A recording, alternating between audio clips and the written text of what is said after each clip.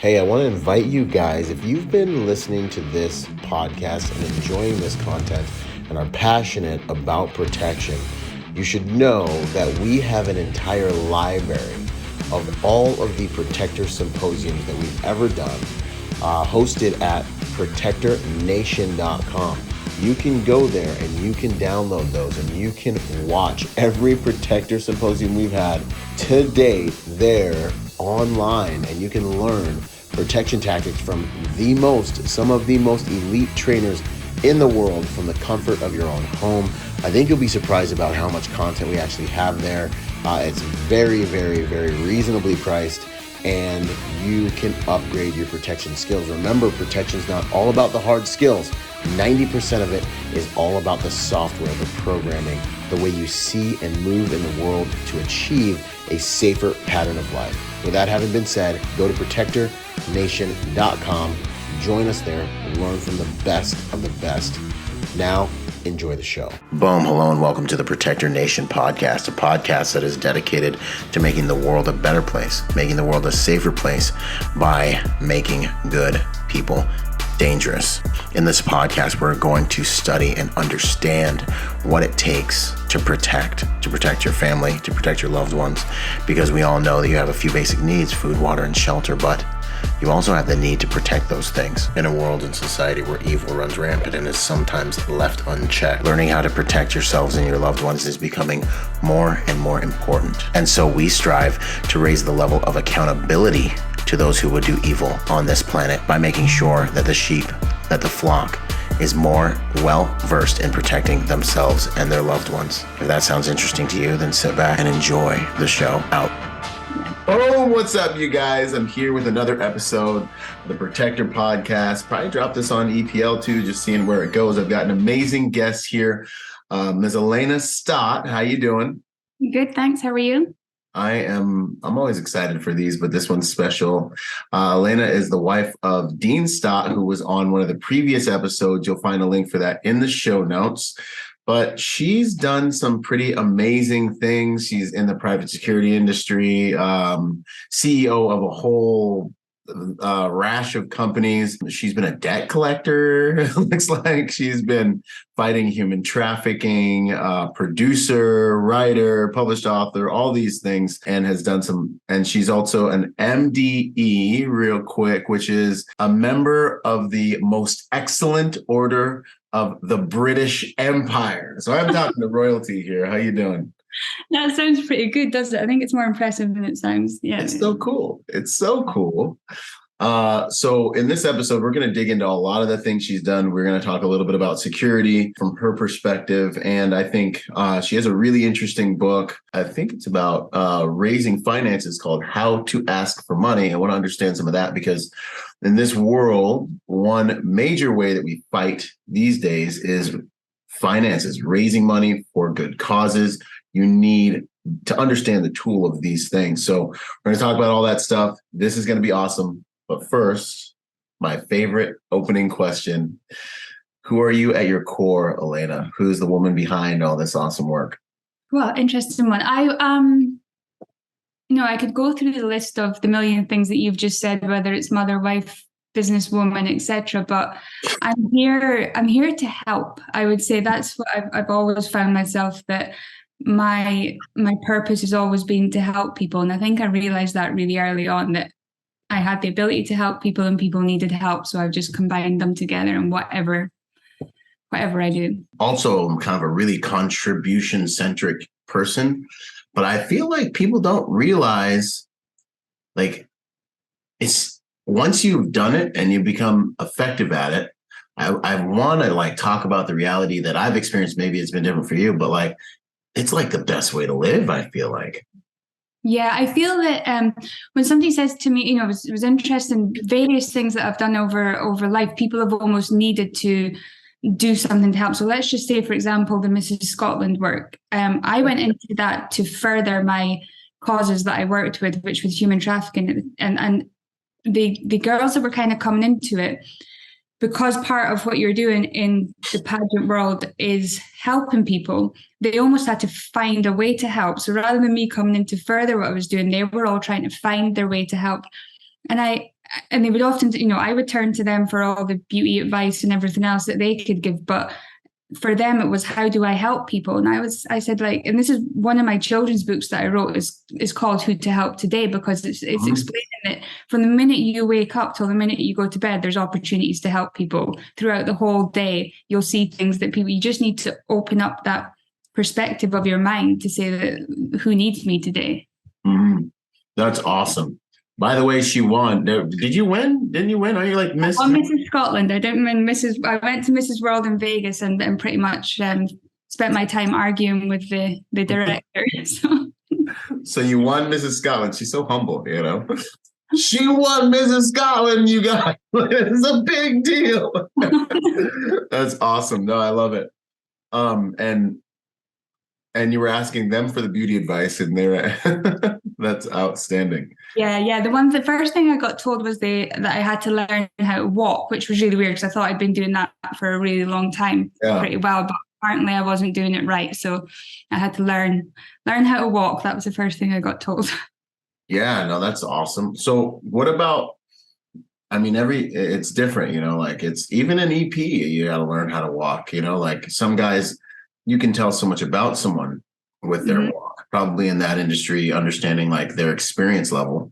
In our industry, just reading that body language, is this guy confident? Does he know where he's going while the client's following him? Like you can tell a lot about a personality. So it's interesting.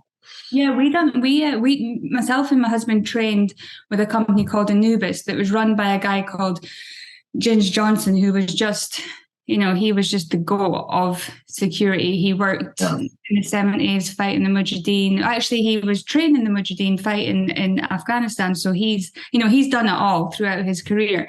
And I think CP training is a little bit different here than what it is in the UK. We've got to go on full courses. And I think our one was like a 4-week residential course where you were just doing everything. And it was the tasks that they were setting.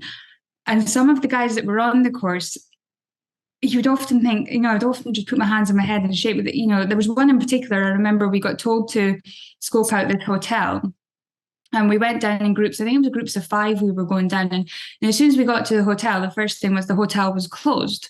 So I was like, we need to do the backup. We need to do, but one of the guys who was slightly older and, full military experience went straight on the phone to the centre back home. And I was like, who are you calling? And he said, well, it's closed. We can't do the task. I'm pretty sure they know it's closed. And I'm pretty sure that's why we're being There's quite a bit left to do. Yeah, but he just couldn't pass that stage in his brain that we've been set this task for a reason. Yeah. And it's how much we can think outside the box, what we can do with a closed hotel, and how much we can learn. Right.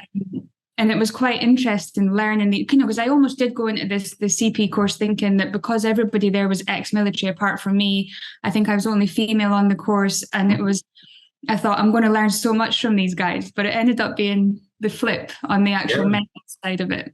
Yeah, there's a huge so like in the military, a lot of what you're getting is orders at certain levels. You know what I mean? Like you're told these orders and you have these SOPs and like you have to operate in these confinements and you get your left, right, lateral limits.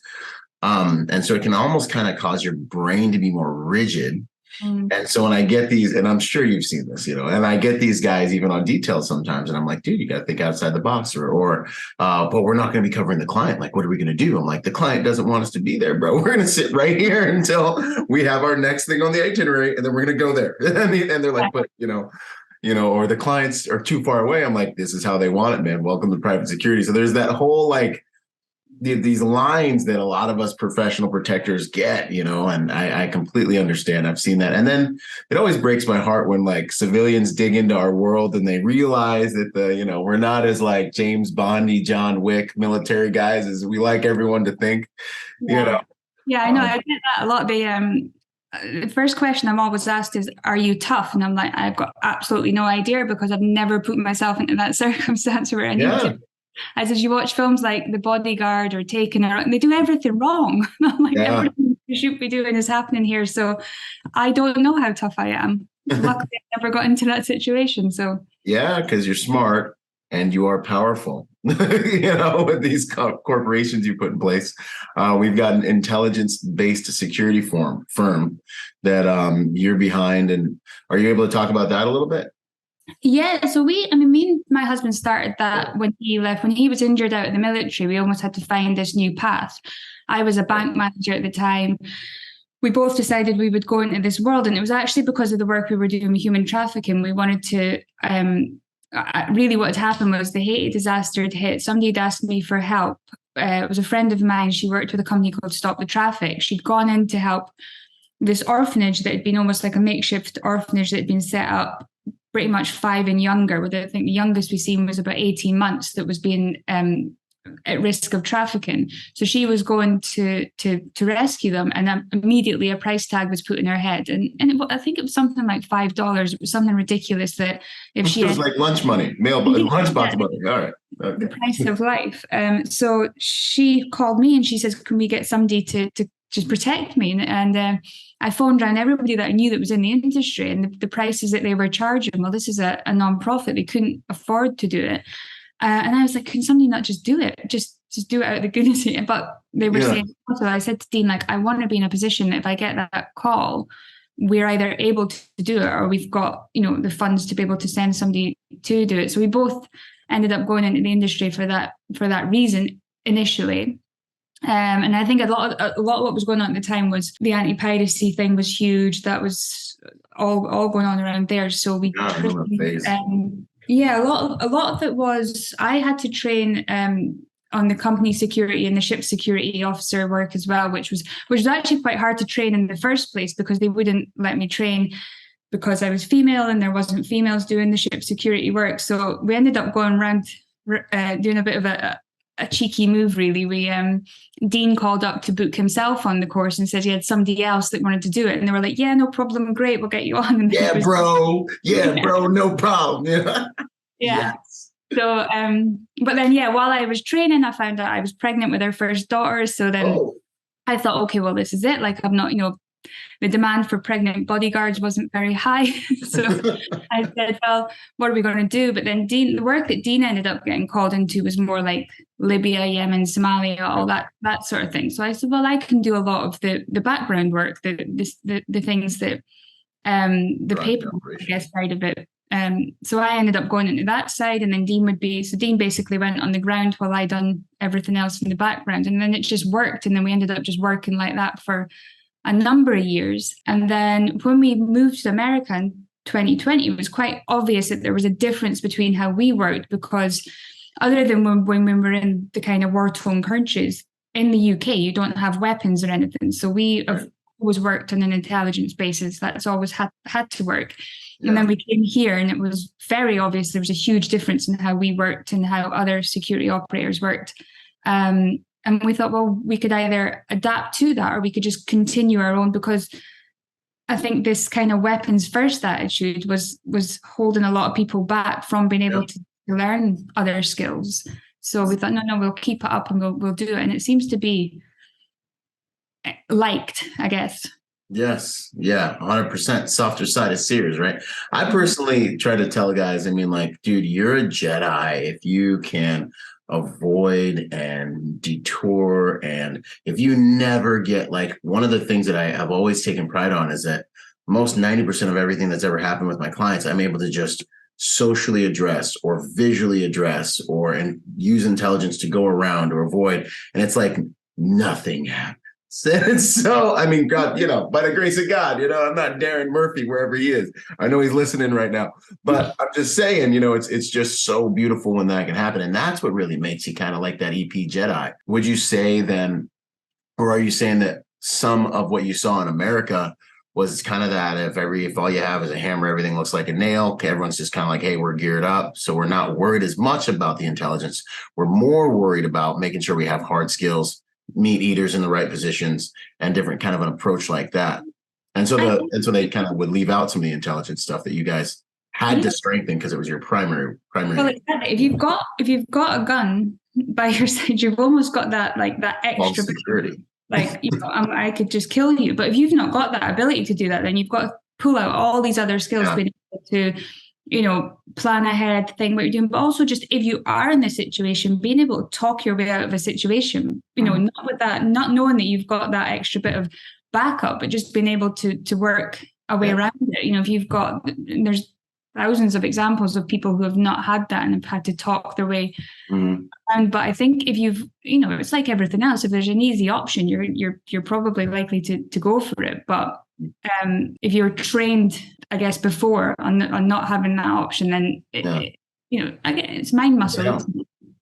Yeah, I mean, and both I think are very important. Like the ideal protector would have both of these kind of yin yang, soft skills, hard skills. I always say soft skills get you paid, keep you in the game. Hard skills may save lives. So I love that you're saying this, and I love that you come from an environment where it was necessary to procure and build this skill set, because it is true. I have seen the same thing. I've seen a lot of on the US side, just guys with backgrounds on details, and then we get them to the EP immersion course where we run security details with them out in LA for a week straight, back to back. And they're like struggling on the advanced work, struggling on the site survey work, struggling on the, the social dynamics with the client. And I'm like, dude, like, this is your bread and butter, man. Like, this is how we avoid everything. This is how we get access to back entrances. This is how we move through these FBOs with low signatures. Like, this is the stuff, man. Yeah, we're going to go do the hard skills and shoot, but this is like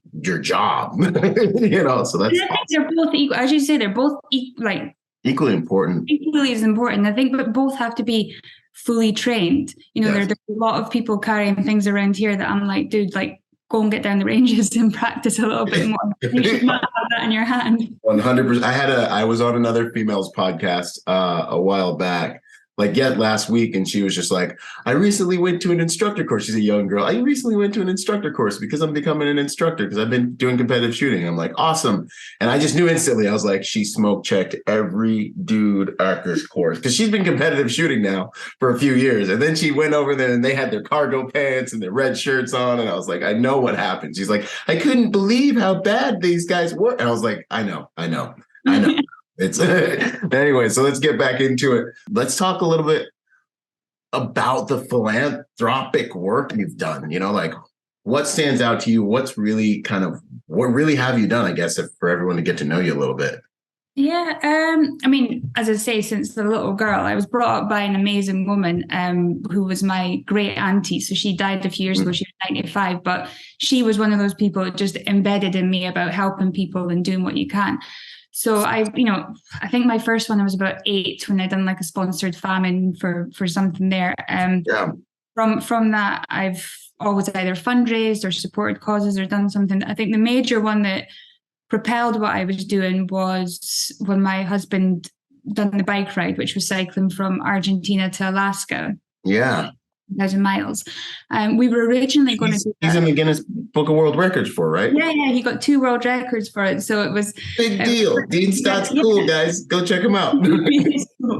But that was really, I mean, he was injured out of the military. He went into the private security. Libya became his home for a while, and it was just really, really rough. And it was too much stuff was happening. And I think when you're in the military, you've got the backing of this whole team. He was in Libya just doing his own thing. So we eventually said, look, you've got this adrenaline you need to match from when you were in the SBS. So let's do something amazing like a world record, and we could raise money at the same time so we could blend these things. That's why we chose the Pan America, which was Argentina to Alaska, 14,000 miles. So he did break the 2 world records. But behind that was to raise the money. And originally I'd said, let's do it for human trafficking because the path that you're going on is a trafficking path. Let's do it. But him and Prince Harry were friends. So Harry was setting up this mental health campaign and said, would you mind helping with that? Yes. So we said, yeah, sure, let's do that. And it was a great cause. It was helping veterans. It was helping kids. It was helping plenty of people there. So it was a little bit of a baptism of fire for me because we weren't helping one charity. There was 11 nonprofits involved in this whole thing.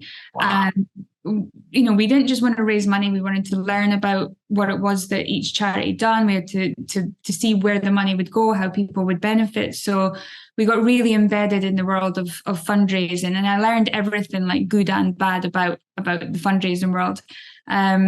So that one we raised $1.3 million for. And I think more kind of impressive with all that was the waterfall effect of everything that happened. You know, we had helplines set up for children. We had veteran centers built. There was a suicide minister brought into the government. There was so much came from it, and it's still going. We hear from people all the time that it's still going, because weirdly enough, in 2016 there was still a huge stigma around mental health and talking about feelings and things. So I think it's moved on a lot since then, and the money certainly helped. So we carried on from there, and we decided that what was great about the mental health campaign, there was 11 charities came together. So when I was asking people for money, I was finding it so much easier because it was a collaboration and we were helping a number of people. So when I spoke to a few organizations that were involved in human trafficking, I said, look, guys, this worked for mental health. Why don't you guys do it as well? And I've never really, we did set up a charity for more for tax purposes to get the funds in for the mental health campaign, but I've never gone ahead and set up my own because I prefer just helping other people's charities to do, because there's plenty of nonprofits out there. There's yes, there are. And I think every time there's a new government incentive or something happens, all these nonprofits pop up. Yeah. Some of them are not quite doing what they say they're doing, and there's like you learn the different types of people that fundraise as well and that do this thing. Some of it is for the cause, some of it's for their own purposes, some of it's for egos, for awards, whatever it might be. But you can learn these things quite easily. That is interesting. What would you say? You said you learned the good and bad. I think you may have just touched on it a little bit, but you said you learned the good and bad of fundraising. This is like a superpower. I'm very interested in this art. What kind of things did you come across? Yeah, so there would be, we were working with quite a high profile person, which so you were under a microscope, which actually to me was quite good because I did, as I say, I was a baptism of fire as to what I was going to be doing.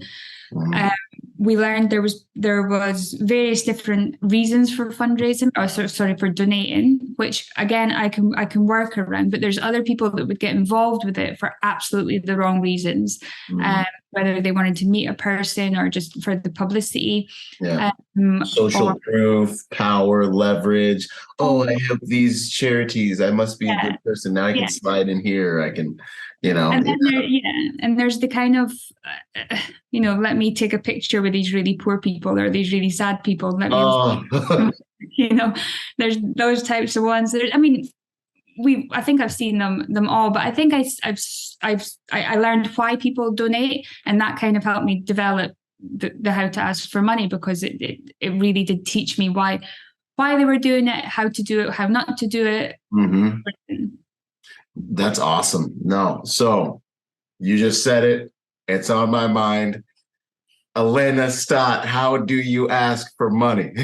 I got some causes I got to be figuring some stuff out for, This book. So as I say, I've been asking for money since I was a little girl, and I've got no shame in it. Because normally, and this is in the book, you guys. Get the book, How to Ask for Money. I'm going to have to get this thing. And I was speaking with it. It was actually here in Newport. I was speaking with a business friend of mine, and really successful guy, does amazing things. And I was speaking about a process of asking for money, and he was like, "Oh no, stop! I can't. I hate asking for money. I hate this bit." And I was like, "What do you mean you hate it? Look at what you do." And he said, "No, I hate it." And then he said, Alana, it's in people's top 10 fears, asking for money. And that blew my mind. I was like, whoa, like I love it. And he said, but how? I said, well, because I'm always prepared. And I said, that's the first thing I would say. I learn, if I was going to be asking ByronRodgers for money, I would be learning everything about you. And my pitch would be very specific to you. Whereas I found so many people go in and they want to talk about the cause, or they want to talk about how it's going to benefit them, or what. That's the opposite of what to do. So the book kind of takes you through teaching you about learning people's motivations. So, my motivations are helping people and asking for money. But if I try to get somebody who say motivation is family time or something completely different on my motivations, it's not going to work. So it's about learning other people's motivations. Then it's learning how not to ask for money. There's a whole chapter on that. And then I talk about the mindset, the accountability planning. I have a formula which is called MAPS. And then I talk about the aftermath as well, a hugely overlooked part. When somebody gives you the money, what do you do then? And it's the gratitude and keeping them informed. Again, this part is usually the bit that everybody misses out. And then a year later, they'll return to that person and say, "Can you give me more money?" And the person will say, "Absolutely not. I got ignored for a year." So, and then there's like little extras in the end that teach you about how to do a fundraiser, how to dress. There's all sorts of little extra bits in it. But yeah, I felt like it was a really beneficial book for investors, fundraisers, anybody who works with money, and even anybody who works with stuff. I mean, we met at the SHOT Show, and the amount of people I spoke to there that were super nervous to approach brands and ask them for sponsorship or alignments or partnerships, but they were just literally going, booth to booth, asking every person. They knew nothing about that company. They just really wanted. So I said to them straight away, "You're losing authenticity by just jumping one to one. You don't know anything about the company. You're kind of trying to do like impact fundraising or impact selling without everybody hitting everybody." Yeah, Shotgun. Impact selling. I think Jordan Belfort talks about it in Wolf of Wall Street with the "sell me this pen" kind of tactic, and it can be effective in things like auctions or something that you're doing an impact selling role in, but generally day-to-day stuff should be planned and prepared, and I think it's overlooked hugely. So this is like mission planning. Like you pick your target, you assess your target, and you figure out like your target's vulnerabilities, and then you figure out your strengths, and then you figure out how they can come together, and then ultimately how you can serve the person and the organization. That's really what they want to know. Does that sound kind of like where we're going with this? Yeah, pretty much. Yeah, it is. It's planning. It is planning a mission. And I think, I'll get people to talk me through what they've done so far. And normally the first one is they've sent out over like 100 emails to different, like straight away I'm like, fail. Like it doesn't work. We need, having that, you don't want to waste your time sending 1,000 emails out to people trying to get just one hit on it. You want to be really specifying to each person, make them, how do you want to feel? If you were a donor, how do you want to feel? You want to know, how is it going to benefit me? What's going to happen to my money? What's going to progress from what I'm doing? And I think the cause is obviously important, but I would say a huge proportion of, especially corporates who are donating, they do just want to know, how is it going to benefit the company? Am I going to get a tax write-off? Is it going to work for my CSR? Is it going to work? Whatever it might be that's benefiting them. And then, the cause might come in and it'll be a nice little feeling to get a letter from the kids that we've helped or whatever. But it's usually about oneself. This is very interesting. And then the way to secure the relationship long term, if you do want to see more fruit from that relationship like this, is to make sure that you take care of that relationship. So there's no like buyer's remorse after they give you that money. You want to make sure they really feel that it was impactful, that you delivered on all your promises, right? Absolutely. Yeah. I had this one client. He was, really successful guy. He developed this like tiny little piece of equipment that had changed the firefighting world. Really, it was a patent. He'd made a lot of money off it and done really well. But when you're kind of out there, has made a lot of money, you attract a lot of people asking for money. And he had supported this fantastic cause that I've supported for a long time as well. And there was new CEOs into the charity, and there was new people working there. And every year, this guy used to support them, and it was substantial. It wasn't a small amount of money or product that he would donate. So he'd come in for this one event, raised, I think it was over 50 grand. His donation brought to the company, and then I think about 6 months later, they approached him for another event. And he came to me and I said, "Alana," I said, "I never heard a word from them, not even a thank you card, nothing afterwards." He was like, "Now they want more money from me." He said, "How would you think that makes me feel?"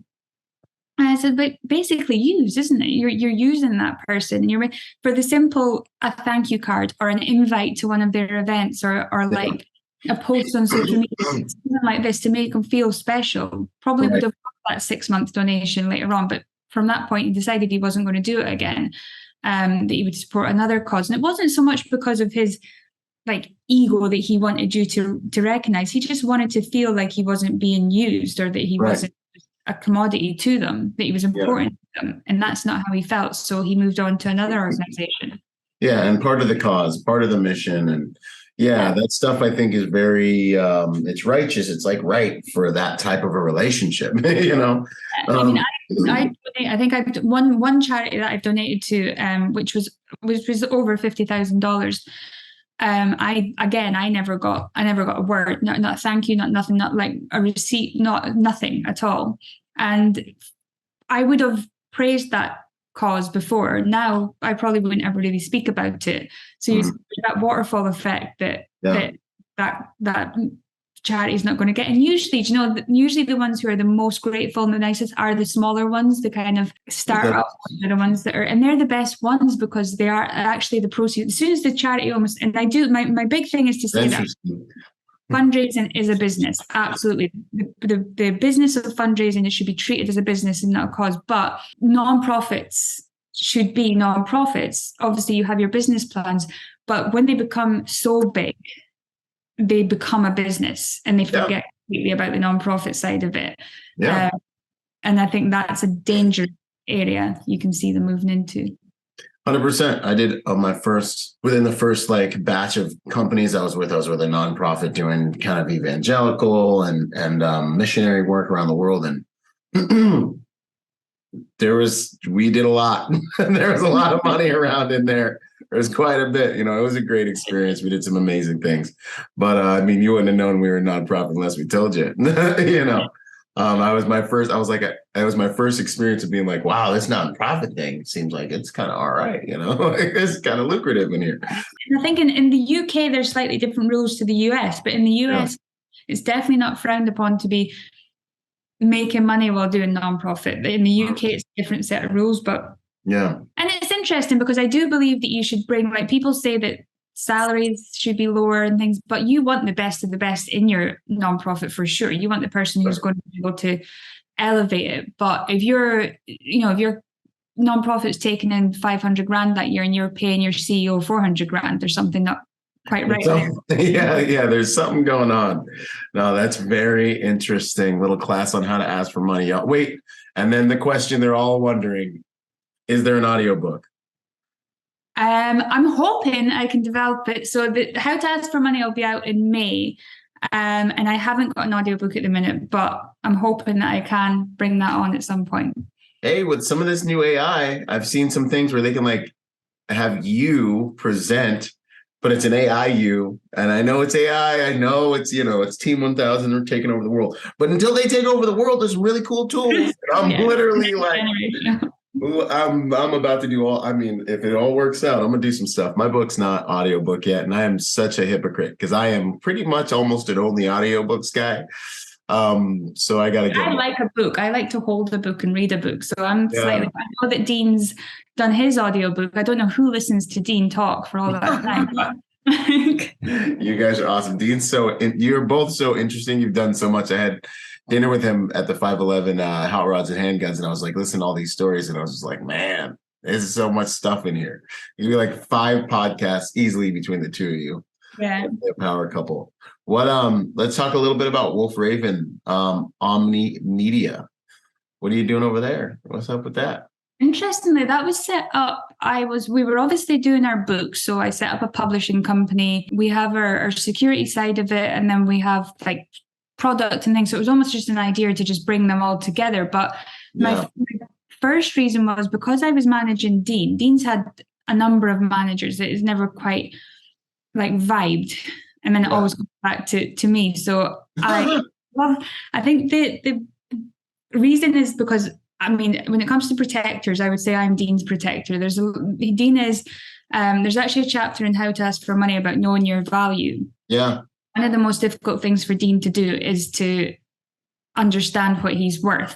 I think a lot of you guys that are in this kind of world, what you do is actually life. Life is the value of what it is you do. But when it comes to actually billing for it or anything like that, it's a struggle. So, I've seen Dean do incredibly dangerous tasks, and he won't send the invoice because he's saving someone's life, or there's something that's going on there, and he's like, yeah, but this is more important. And I'm like, that, yeah, but these guys, they've got the money and they're going to pay it, like it's going to. Yeah. But when they come from that world of everything that you do is the value of a person's life, whatever country they've been working in, so trying to get them to value themselves was probably one of my toughest things. And when we came into the field of TV and film and books and things, I was speaking to so many operators who were getting offered deals and offered work that were completely understand themselves, but giving their life rights away, giving their stories and I was like, guys, you need to stop talking, stop speaking. These guys, producers in Hollywood and whatnot, are just going to take. Yeah.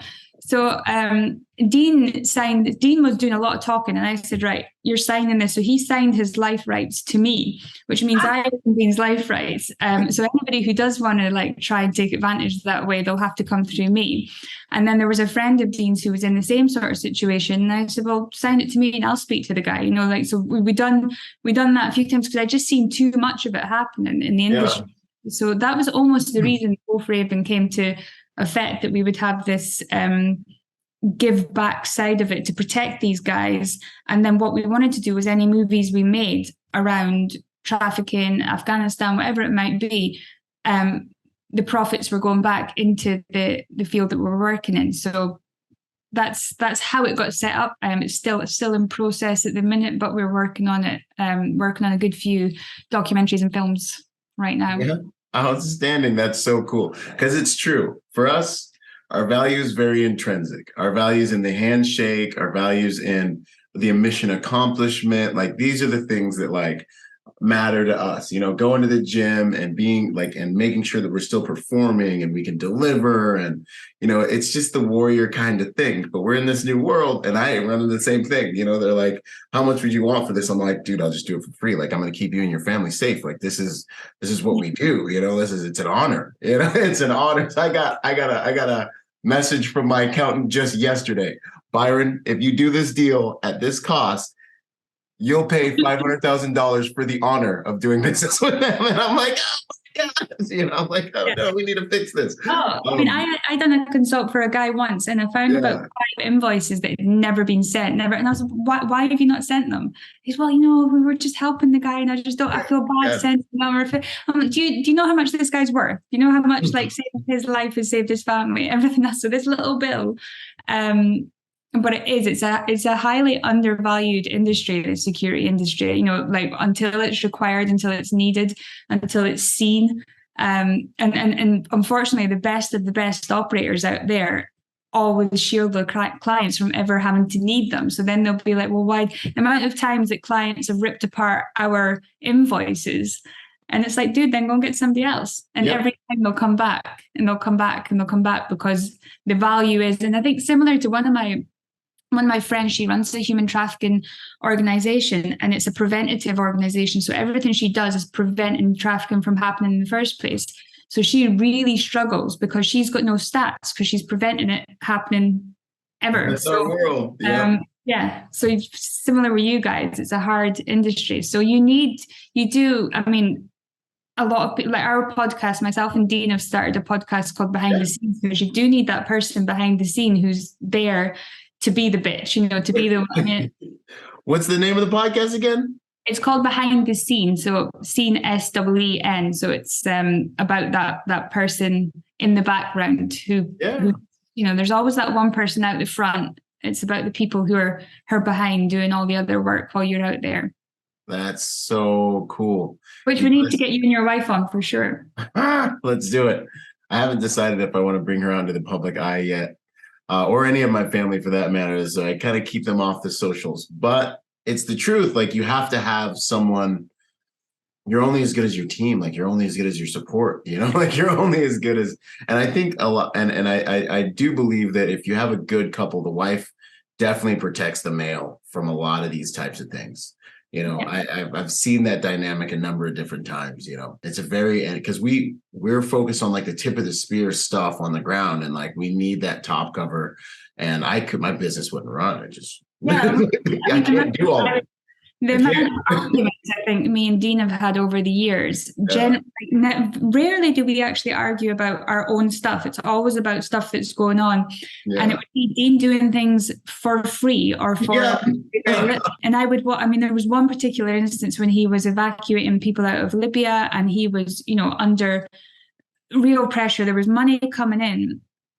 And I remember going on to Facebook and his team were out for dinner, drinking wine, doing their thing. And I was furious. I was like, you're out there risking your life while they're pretty much cashing in, dining, whining and dining. And Dean couldn't see the problem because all he could see was he was rescuing people and people needed help and he was out helping them.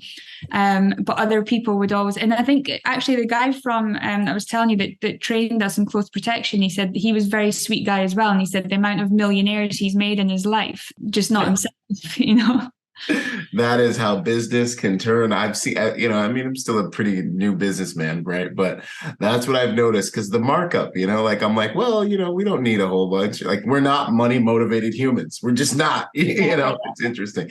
Well, that was quite interesting when Dean, he used to do the task. So say like you got paid X amount for doing day rate for doing your job. Being an operator. Well, when I'm billing the first client, this is it. And I said, well, no, you've got insurance, you've got tax, you've got your markup, you've got your benefits, you've got this.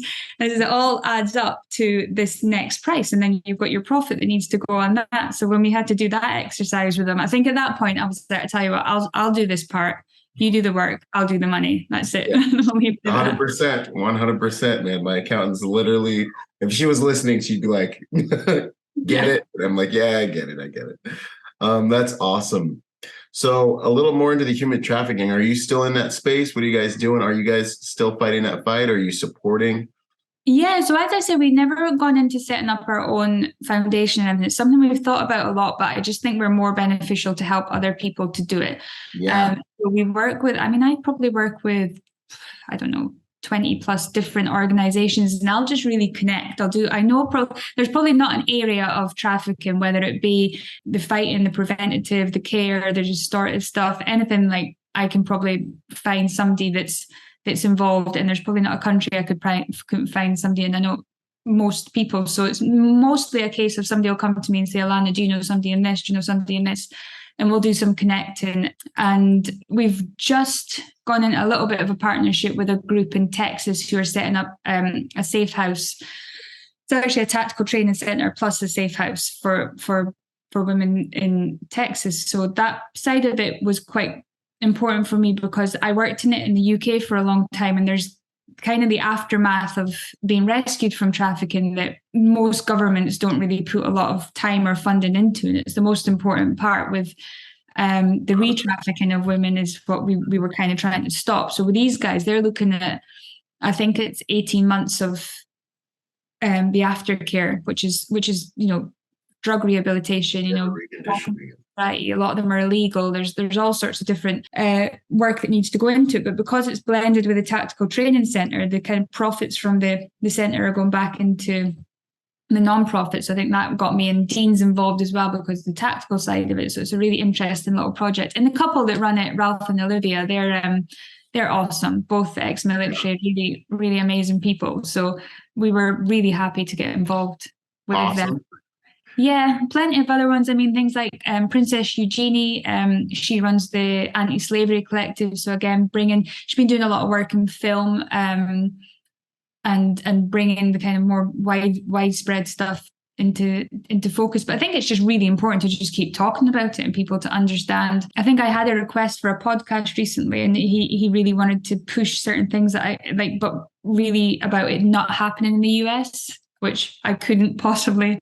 It happens is that we're like the number one consumer. Like we're kind of the where there's people, there's slavery, and that's and there was another. I got asked to do a TED talk quite recently, and the woman was really adamant. The TED Talks, everything was ready to go, but she really did not want me using the word slavery. She said it was too provocative. I said, how can I talk about human trafficking and not talk about slavery? And I think there was part of it where I talked about George Floyd, but the reason behind talking about that side of it was there was such an upcry and such a movement that went on when things happened. But there's still 46 million people right now in slavery, and No one bats an eye. Yeah, nobody's batting. People are pulling down statues and doing all this kind of things, but there's people who need help right now, and all that money that's being raised and everything, what that could do.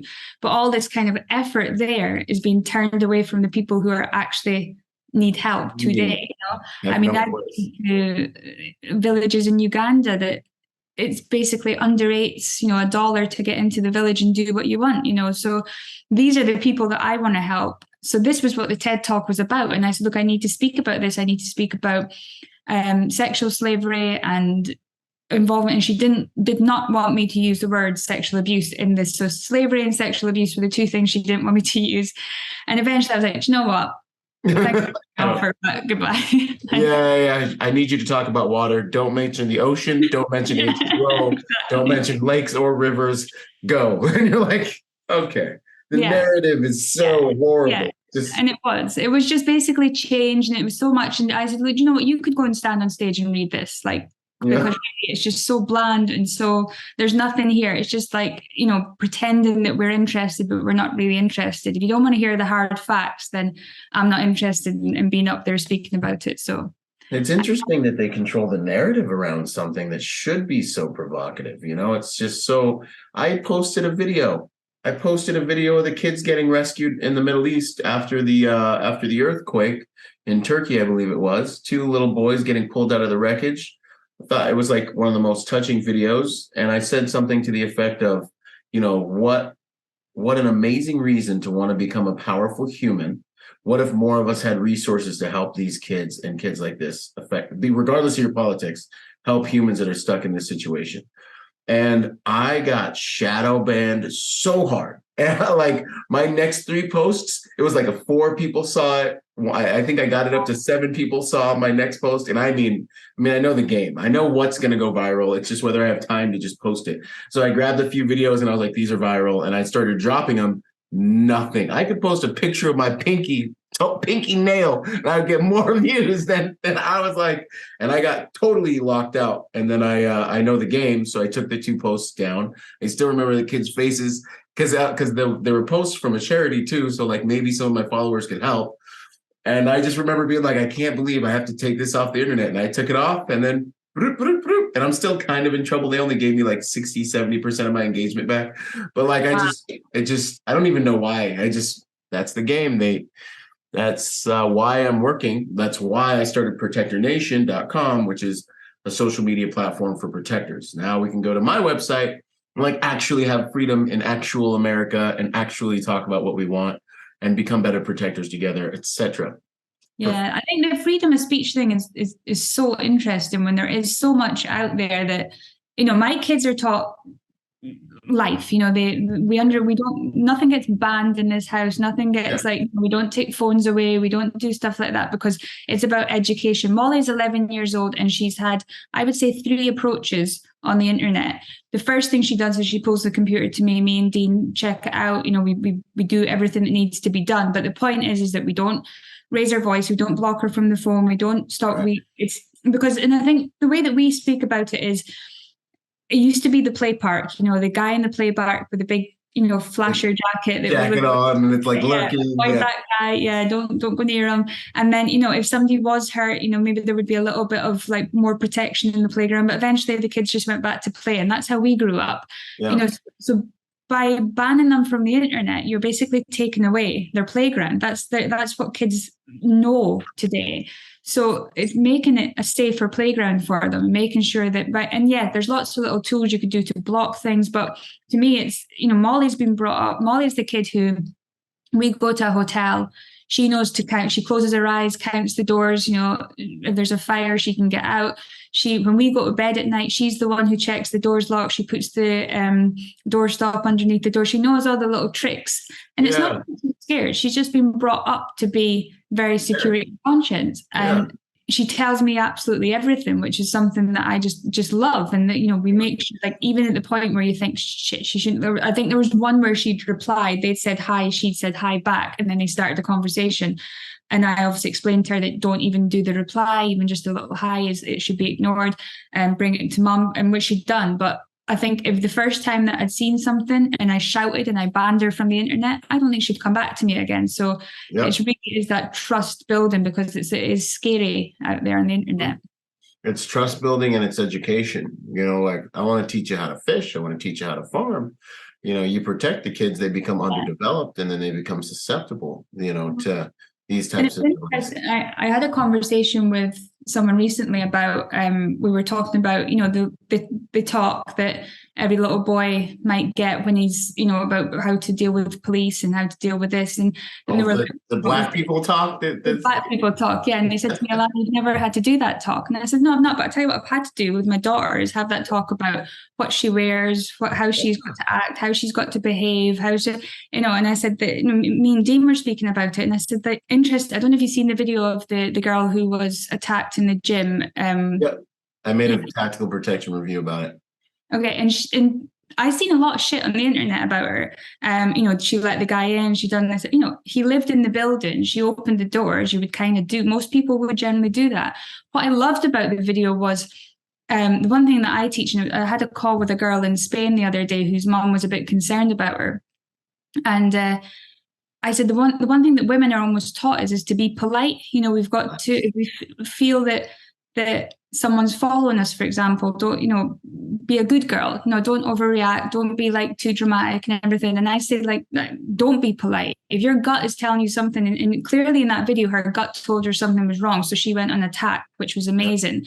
And I say the exact same thing. If you feel he's walking too close to you, there's nothing wrong with just stopping and pulling yourself away and moving out of his line. And if he comes for you, then you're ready. But we're all taught to be so polite and be good girl. That needs to go out a bit now. And that's the way that I bring, of course, I bring my kids up with their please and thank yous and their manners and everything. But as a woman, it's like, stop with the good girl attitude. Well, yeah. In that book, The Gift of Fear, I believe Gavin DeBecker talks about a lot of that where, and you hear it. I mean, I even hear it in the women in my life, and I'm like, stop. You don't know that person's intent. If there's someone out and standing by your car late at night while you're trying to walk to your car from work, like, forget all the justifications and mental gymnastics you want to do in order to be nice. Go and get another dude from work and say, hey, there's a weirdo. There's maybe a weirdo, maybe not a weirdo, but I'm a female and, he's got 50 pounds on me. So would you mind walking me to my car? Like, if you think you're being followed in the supermarket, then maybe you do just check the guy while you're in the supermarket instead of walking to your car. Maybe you ask for help, like being able to mute that voice I think we're both talking about, of like, oh, well, he just looks like a gangster. He's probably a nice young man, like all that crap. Like, he just happens to be standing by my door in this hallway. And like, no. Yeah. Oh, it's just, 2:30 after the club, and I'm going to get on this elevator in the parking garage by myself with this one guy, a weird guy who can obviously overpower me. No, I'm not getting on the elevator. I'm going to get on the phone with someone and walk away. If you do offend, well, I mean... Oh, well. Yeah. And I think if any reasonable guy who sees a girl would be worried about coming into that elevator, and if he's offended by that, then there's something not quite right with him. Most people 100%. Want to protect other people if they were in that situation. So 100%, like it is, again, I'm not going out there like eyeballing everybody and but I'm suspicious of everybody. And I think that, and I was speaking to this girl, and I think in Barcelona, there was an increase in crime, and she was just concerned. And she said, but, I want to hold my bag close. I said, well, hold your bag close. Get a that kind of falls down the front of you. And I said, make noise, make it aware. I said, if you're nervous and he's there, go to somebody and say, good to see you, pretend that person's your mate, whatever it might be. But because these guys will attack vulnerability, they'll attack opportunistically. I said, don't give them that opportunity. And vulnerable, Yeah, 100%. We always hear about survival of the fittest. It is a principle, but survival of the pack, elimination of The weakest is also the other inverse of that principle. And if you watch the Discovery Channel tonight, you're going to see the cheetah and the lion. That one gazelle that's over there doing his own thing, that's the one. So yeah, walk up to another masculine dude and be like, hey, I'm a little uncomfortable. I don't know about this guy. He hasn't done anything, but I feel like just use your social, and you have a social high ground. You are, if as a female, that and we're organically designed to want to protect you. So, and if the guy gets offended me, I'm a 240-pound black guy with tattoos. I scare people all the time, like all the time. I walk on a plane or in an elevator, people are clutching their purses and little old ladies are looking at me, and that's why I'm nice all the time. I'm like smiling. I address everyone. I'm like, hey, hello, what's up? And I'm trying to socially engineer the understanding that I come in peace, but it's very, and at first there was like a little voice in my head that wanted to be like, it's because you're black. Like, no, the organic black guy, the old black guy, old school black guy in my head was like, it's because you're black, man. They just looking at you, and then I was like, dude, no, it's not. It's because I'm bigger and stronger than most of them. I got tattoos. I am literally a combatant. Like, I literally am a warrior. And it's totally an organic part of the experience. And when I disarm them, when I'm friendly, it goes away. And I help the old lady put her bag in the overhead compartment. Yeah. And then you attack. And if the wrong guy shows up, boom, everyone's just happy I'm there, I'm just happy to do I mean, I think we've all got that primitive state. We've all got that, like, who we are as males and females. And there is this big, huge, like, women shouldn't ask men for help. Women should be powerful in their own. We women and men are designed differently. It's biology, and we're not meant to be the same. And probably get slated for this, but we're not equal. We're different, and that's okay, because we've got good and we've got bad. Dean can't be me, and I can't be Dean, and neither of us try to be each other. So, but absolutely, if I'm out there, if I think that somebody's been a bit too close to my drink, that drink gets poured away. Like, don't be polite for the sake of being polite, and then something happens, and then but the last thing I'll say on that too, the way I say it, because I got to be careful on the internet, but I still want to tell the truth. What I think is the truth. I always say equal in glory, different in function. We're equal and we're both created in the image of God, and we all have superpowers, but the task dictates who's the best at it. You know what I'm saying? Sending the invoice, that's not me and Dean. You know what I mean? The wife's got to do that, because they're coming at it from a whole different mindset, everything, Now, going boots on the ground and extracting people and facing other strong men, that's us, and I play my part and she plays her part, and it's perfect. I love it. That's 100%. And working out where the attack's coming from. If the big guy is running at us and then Dean's out there, like, I'll be like, yeah, you go for it, you take him. If the attack's coming from like the internet or one of these things, I'll deal with that, because Dean will just be like, right, where do you live? I'm going to come and blow your house up, whereas I'm going to be like more tactile and get it dealt with. Or you're raising funds to mobilize whole entire organizations to fight evil in the world. This is a superpower. This is with a smile on your face and a pink blazer. It's a superpower, like, I love it, Honorable member of the special. No, you're an honorable member of Special Boat Service. How'd that happen? And then we'll get into the royalty. The Special Boat Service Association, that was set up. I think it was originally set up that if a Chinook went down, for example, and took out 12 guys, that it would support their families and their kids' education and whatnot.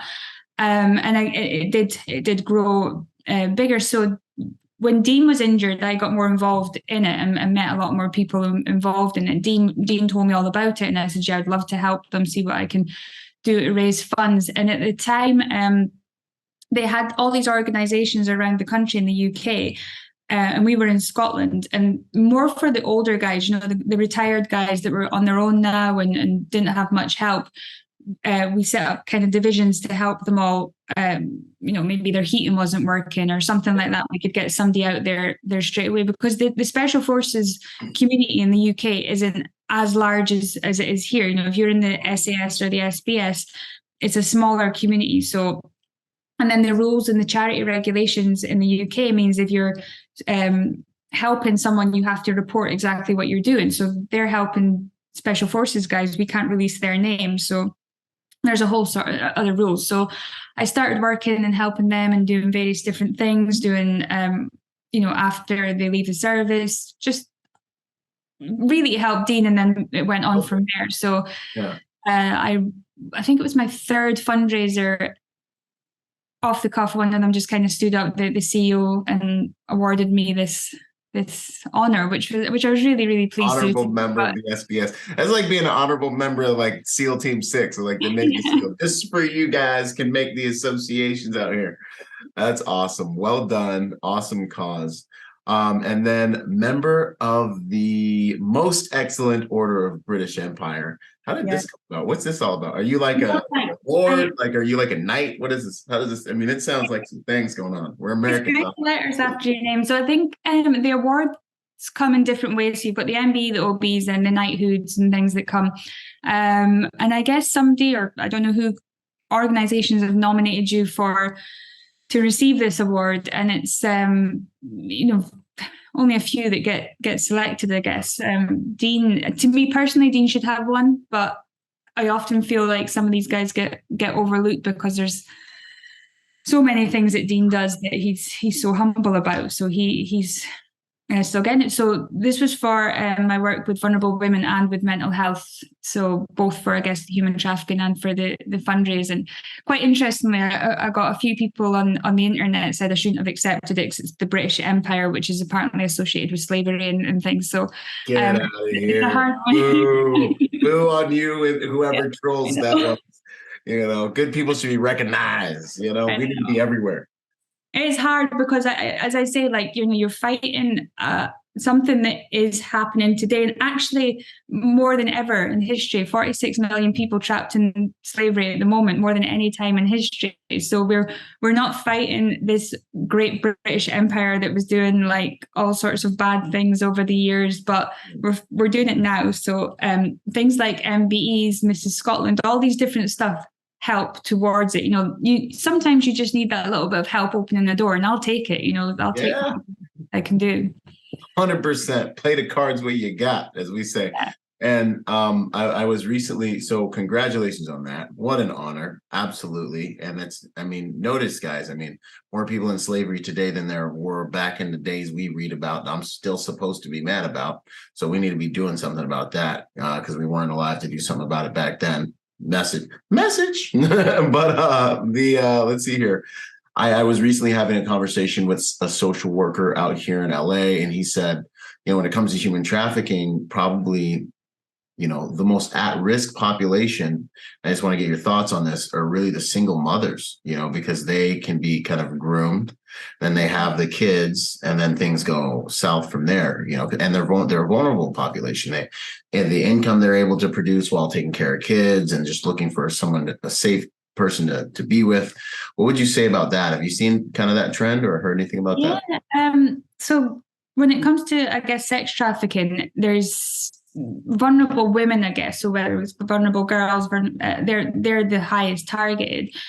Girls probably in that kind of 13 to 15 category, of like finding themselves not sure where they are, especially in broken homes. Somebody's nice to them, and that's the same thing with a single mom. They're kind of going through a lot of, and I would say in California it's very, very hard because you've got to find your own income, and it's not very high. Yeah, like you're making six figures and you're just at the poverty line, actually. Yeah. Like I don't think I realized it till my assistant was looking for an apartment, and I was like, holy shit, like how much do you have to find to actually just live? Yeah. And then and as a mother, you're going to do absolutely anything you can to look after your kids. For this kind of 13 to 15-year-olds, it's that kind of feeling loved and feeling special that they're missing at home. And this guy will kind of do that. And then it's like that little favor they'll ask, and then that little favor comes more and more and more. Mm-hmm. All of a sudden you're in the system. And then for the single moms, it's the promise of income. But it never happens. It's never actually going to happen. Prostitution is one thing. If you're going out and selling yourself to make money, and you're coming home, whatever it is you're doing, and that's a whole other discussion we could have. But it's your choice. You're going out there. You're doing stuff that's could be dangerous, but you're making this money. For trafficking, you rarely see the money. The money rarely comes to you, and often it'll be seen like as a debt. There'll be debt bondage. So if you're out there with like 30 guys in one night, you'd be lucky if you got 5-10% of that, because the rest goes to the protection that you're getting, or that you're kind of management agent, I guess. But then you've got to, how do you get out of that? Because then each time you're in more and more debt. And if you do anything, you're at risk in your life. If you've got kids, that's a fantastic things for traffickers to target. We'll hurt your kids if you don't do what we're telling you to do. You go to the police, there's not a lot. The Orange County Sheriff's Department, where me and you're from, is had a lot of training from the task force, but most of America is still way behind in training and how to deal with a victim. And I think one of the things that I always say is they almost want these victims to be like, please rescue me, I need help, like be my hero kind of. Complicated than that. These girls are hardened, they're tough, they're desensitized, they're going to fight, they're going to, and immediately when you see that, it's like, it blows my mind there's people in jail for any sex crime with a woman, that there's women sitting behind bars right now because probably they've been trafficked in some sort of way. And that's just a huge failing in the system, I would say. Yeah. Wow. Interesting perspective. Very good stuff in there. What would you say is the hardest lesson, as we get into our closing questions, hardest lesson you've learned, in the field of doing all the things that you've done? What would you say was the hardest lesson? I guess it's the motives of other people, I guess, is learning that not everybody's a good guy, really, which is weird. As you know that not everybody's a good guy, but you learn all. You think in certain circles that you'd be around good people, but I'm right there with you.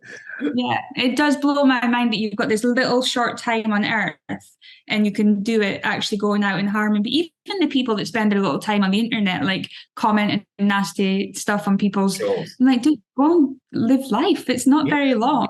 Yeah. It really isn't. It really isn't. What? I'm 37. I make it to 70. Maybe I'm halfway, So, no, that's good. And I have experienced that same thing and that same despair of being like, I just thought we're doing a good cause and everyone was just going to be good people here. But I guess I was wrong.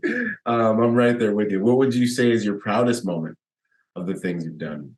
I'm going to sound really cliche, but my kids, every day, they just make me so, everything that they do, everything about them is just amazing. And I think because I've done, with Dean being away, when it comes to a single mom, like you almost live like a single mom. Like 1 year, Dean was home 21 days in the whole year. So you live like, you raise the kids like you're on your own a lot of the time. But so sometimes I get nervous. Am I giving them the right thing? Am I giving them everything they need? And then they do some amazing stuff and you think, oh yeah, they're cool. They're good kids. Yeah. That is amazing. And I agree. The thing with kids, man, your heart, it fills your heart. Like it's some special, something different kind of medicine kind of thing. Like I'm like sitting there looking at it, I'm like, wow, this is really nice and cool. I haven't felt my heart for so long. And then like my daughter. Dean said today, they said, like, doesn't matter what, you could take them to like Vegas for the weekend. He said, but that smile that Harley gives them first thing in the morning, he said that just the best feeling in the world. Yeah, 100%. No, I'm right there with you. Favorite quote, mantra, saying? Oh, I guess the only thing necessary for the triumph of evil is for good people to do nothing. Yes, 100%. I love it. I love that you're fighting all these good fights in your own way. It's so valuable to the world. We need more people like you, It's not for everyone to be this like warrior, gun-slinging, sword-swinging guy. We need, and even us, even for me to get boots on the ground in a location, I need support. I need funding. I need lawyers. I need paperwork to be done. These are the fights we fight in order to even be able to get the tip of the spear into the battle. I'm dealing with some of it right now. So it's so amazing. Give me a call. I'll help. I'm actually we'll probably take you up on that. And then favorite, like a habit you think people could look at that would make them better people or better protectors or something that's made your life better?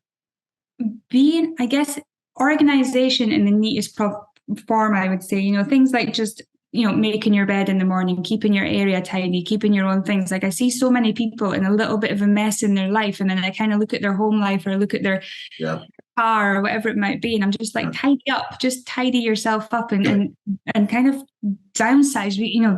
We have so much crap, like literal crap of nonsense, like so much clothes, so much stuff, and it's like downsize. Like you don't need it all. Like anytime that me and Dean feel like a little bit overwhelmed or a little bit pressured on us, we will do a downsize and just get rid of stuff we don't need, because you do find you just gather so much nonsense. Yeah, absolutely. No, that's good. Make your environment out picturing it. Your environment is the out picturing of this environment, I believe. Like when I meet someone and I see their clothes are disheveled and they're, there's dirt under their nails, and there's these little things and details that are going unnoticed and unchecked and unmaintained. It's telling me something. I'm the same way. I see their car, I see these different things. And now I'm actually... Sorry, give yourself that ownership. I think like one thing that I hear so often is, I'm from like what you would probably call like, I don't know how you would say it here. We call it like a really poor neighborhood, but like you're from the hood, girl. You're from the hood. Yeah, but it's like, we don't have weapons and everything, but everything bad that was where I was from, and everybody that's kind of from there is like, we're never getting out. This is where we live. This is where we're going to we are. This is who we are. Yeah, it's totally up to you. And I think the amount of excuses I hear flown about, and I'm like, it's like, drop the excuses. There isn't any. Like, if you want to be better, if you want to do something, go and do it. There isn't anything blocking. There's nothing that makes us any different. And especially like when we speak about the whole like privileged people, or especially like the kind of white man. To me, I knew a lot of these people growing up, and they weren't privileged because they had zero resilience. They would have no clue.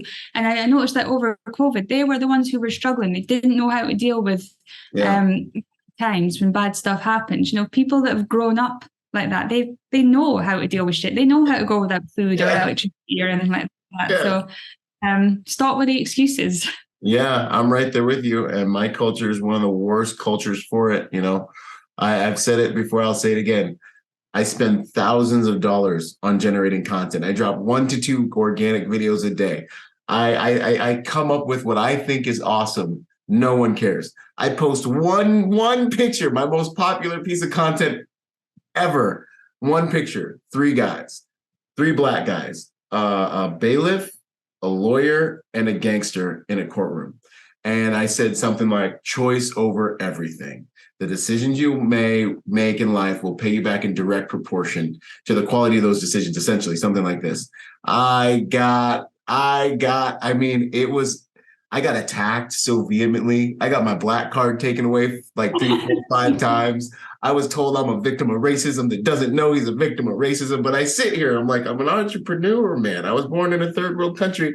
I joined the military, almost died, got away with it. And now, like I run my little businesses, and like, it's totally amazing. And I'm like, everyone can do this. You know what I mean? Like, if you survive the thing, stop with the excuses. And that at my school, dude, I have ruthless, and it's love. It's out of love, man, because people's self-limiting beliefs are their ceilings. And I agree with you 100%. So important. Yeah. So let's see here. All right. Well, what are you up to these days, and where can we find you? So my website's alanastott.com, Instagram, everything else is alanastott.com. I've got 5 books coming out this year. So the 3 children's books, which is all really about a lot of the stuff we've talked about today. How to Ask for Money is about how to ask for money. She Who Dares is my memoirs, which was written off the back of, after Dean's book came out, a lot of people said, when's Alana's book coming out? So I thought, you know what, I'll just write it. And that was super interesting because that brought back my childhood love of writing. After my mum passed away when I was 15, my writing kind of stopped, and then it just came back, and it's been in flow, and I love it. Nice. Being in flow is awesome. Awesome. Oh, and shout out to Kelsey from Brass and Unity. She's awesome. She's doing some big tings. I see that bracelet, that necklace, what you got on. She's amazing. Yeah, she's her book's coming out soon, and I think I'd get a little mention in that as well. So that's my little claim to fame in there. But yeah, she's a legend. Go Well, Kelsey. you help get some people out of Afghanistan, it's kind of a thing. It's kind of a big thing. And I don't think it's over. Watch this space on that one. Yep. 100%. 100%. The world is an interesting place and it needs people like us. So it's an honor. I'm so glad that we're connected. And your husband, Dean, he's a savage. We get to do some cool stuff. Hopefully we all can get together sometime and do some more cool stuff. This has been amazing. I think there's been a lot of really good content in here. So thanks so much, Elena, for this conversation. And thank you for everything you do too. It's been awesome. Outstanding. Boom. Yo, what up? I hope you guys really enjoyed that episode. Hey, listen, in order to get more out of the brand, I want to encourage you to go join us on our social media platforms and join us at protectornation.com. We post different types of content on our different platforms at different times. You'll get blog posts, you'll get videos, you'll get real world combat engagements and things like that. So stay plugged in order to get the most out of the brand. In order to support us, also go to protectornation.com and buy something or join forces with me on Patreon. You'll scroll down the homepage and you'll see the link. Anything you can give counts. Think about whatever you would lose in your cushions or like spend on McDonald's this month, $5 a month, whatever it is. That helps us make the world a better place by making good people dangerous. Anyways, this is Byron Rodgers, protector by nature and by trade. And I'll see you on the next piece of content, whether it's a video or podcast. Out.